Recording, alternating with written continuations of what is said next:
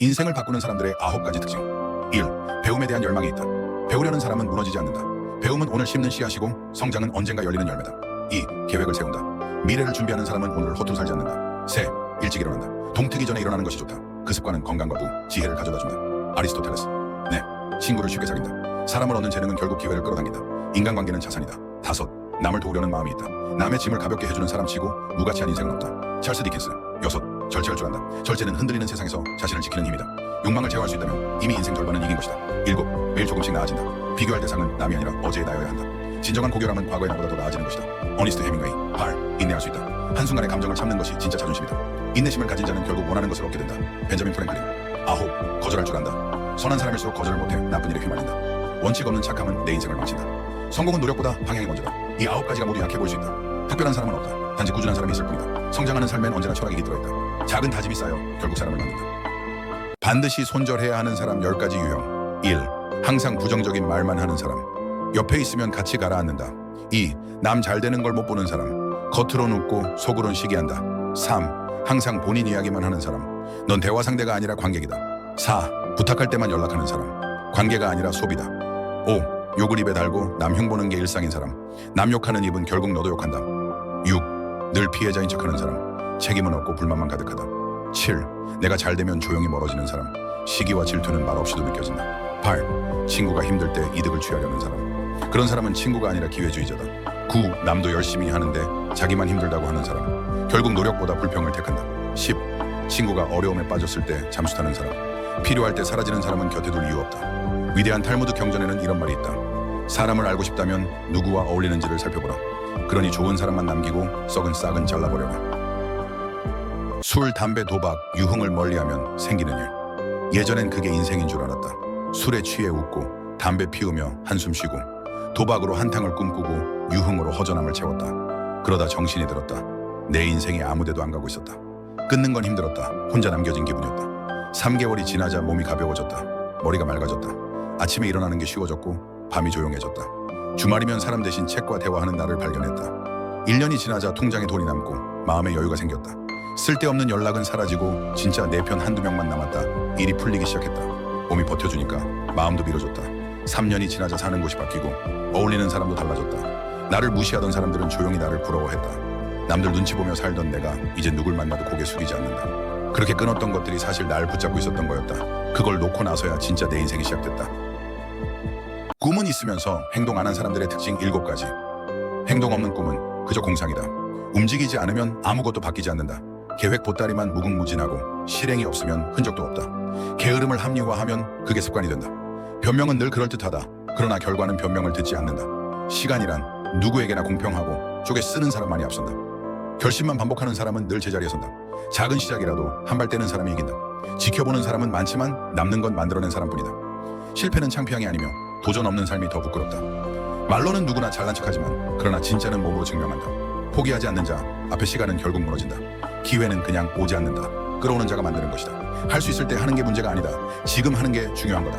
보고만 있으면 평생 구경꾼으로 남는 것이며 결과는 하루아침에 오지 않는다. 그러나 매일 쌓는 자에겐 반드시 온다. 움직이지 않으면 아무도 기억하지 않는다. 이유를 찾지 말고 움직일 방법을 찾아라. 의지는 말이 아니라 행동으로 증명하는 것이다. 행동하고 자신을 초월하여 위버맨시가 되어라. 책을 읽으면 수백 년을 사는 이유. 책은 한 사람의 인생을 몇 시간 만에 통째로 흡수하는 기술이다. 한 권의 종이엔 수십 년의 실패가 눌려있고 1000번의 시행착오가 문장으로 정리돼 있다. 책장을 넘기면 삶이 하나 지나가고 시대 하나를 통과하며 수백 년을 건너뛴다. 책을 읽는 자는 혼자가 아니다. 책상 앞에 앉아 있어도 곁엔 수백 명의 멘토가 함께한다. 공자도 쇼펜하워도 니체도 이미 그 안에서 조용히 말을 걷는다. 모든 걸 직접 겪을 필요는 없다. 먼저 겪은 자들의 통찰은 나의 시행착오를 줄여주고 더 빨리 더 멀리 나가게 한다. 어휘가 늘면 생각이 깊어진다. 정확한 말은 정확한 문제를 파악하게 하고 정확한 사고는 더 나은 길을 찾아낸다. 책은 시간을 단축한다. 혼란을 줄이고 집중을 모으고 어제보다 나은 내일로 이끈다. 누군가의 한 생을 몇 시간 만에 내 것으로 만든다. 책은 지식을 주는 것이 아니며 시간을 주는 것이다. 책을 읽는 자는 남들보다 오래 살고 남들보다 멀리 간다. 그건 수백 년을 미리 산 사람처럼 인생을 살아가는 일이다. 바로 위버맨시 초인이 되는 것이다. 애인이 바람이 났다면 이렇게 해라. 바람은 사랑이 식은 게 아니다. 책임이 사라진 것이다. 무너진 신뢰 위엔 그 어떤 감정도 다시 자라지 않는다. 붙잡는다고 회복되지 않고 놓는다고 지는 것도 아니다. 니체는 말했다. 우리를 쓰러뜨리는 건 고통이 아니라 그 고통에 의미가 없을 때다. 복수는 정의처럼 보이지만 결국 감정의 늪에 빠지는 길이다. 반응할수록 휘말리고 휘말릴수록 나를 잃는다. 조용히 정리하라. 침묵이 가장 단단한 결론이다. 떠난 사람에게 설명하지 말고 남은 자신에게 집중하라. 자존을 지키는 사람은 상황을 지배당하지 않는다. 니체는 또 말했다. 상처는 깊게 남지만 그 상처 덕에 우리는 더 깊어진다. 사랑은 선택이고 떠남도 선택이다. 그리고 품격도 선택이다. 말보다 태도가 길게 남는다. 지금의 반응이 당신의 격을 증명한다. 세계 정상에 오른 자들의 공통된 명언. 상처는 나를 막지 못했다. 말에 눌리지 않았고 말 위에 올라섰다. 루틴이 나를 만들었다. 하루도 비우지 않았다. 하루하루를 지켜냈다. 실패보다 시도 없는 삶이 두렵다. 나는 두드렸다. 그리고 부수고 나갔다. 쉬지 않는 집념이 결국 판을 바꿨다. 포기하지 않고 1000번을 되풀이했다. 그게 답이었다. 고통은 내 무기가 됐다. 상처를 예술로 바꾸었고 눈부신 퍼포먼스로 뒤엎었다. 웃음은 나의 갑옷이었다.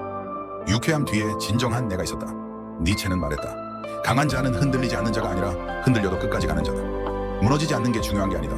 다시 일어나는 힘이 끝까지 가는 용기가 최정상에서의 인생이 기다린다. 세상은 결국 끝까지 간 사람을 기억한다. 방금 내용은 저희 채널이 위인들을 연구해낸 명언들입니다. 대한민국 베스트 명언 채널이 될 인생철학을 구독해보세요. 성공이 가까워졌음을 알리는 5가지 징조. 1.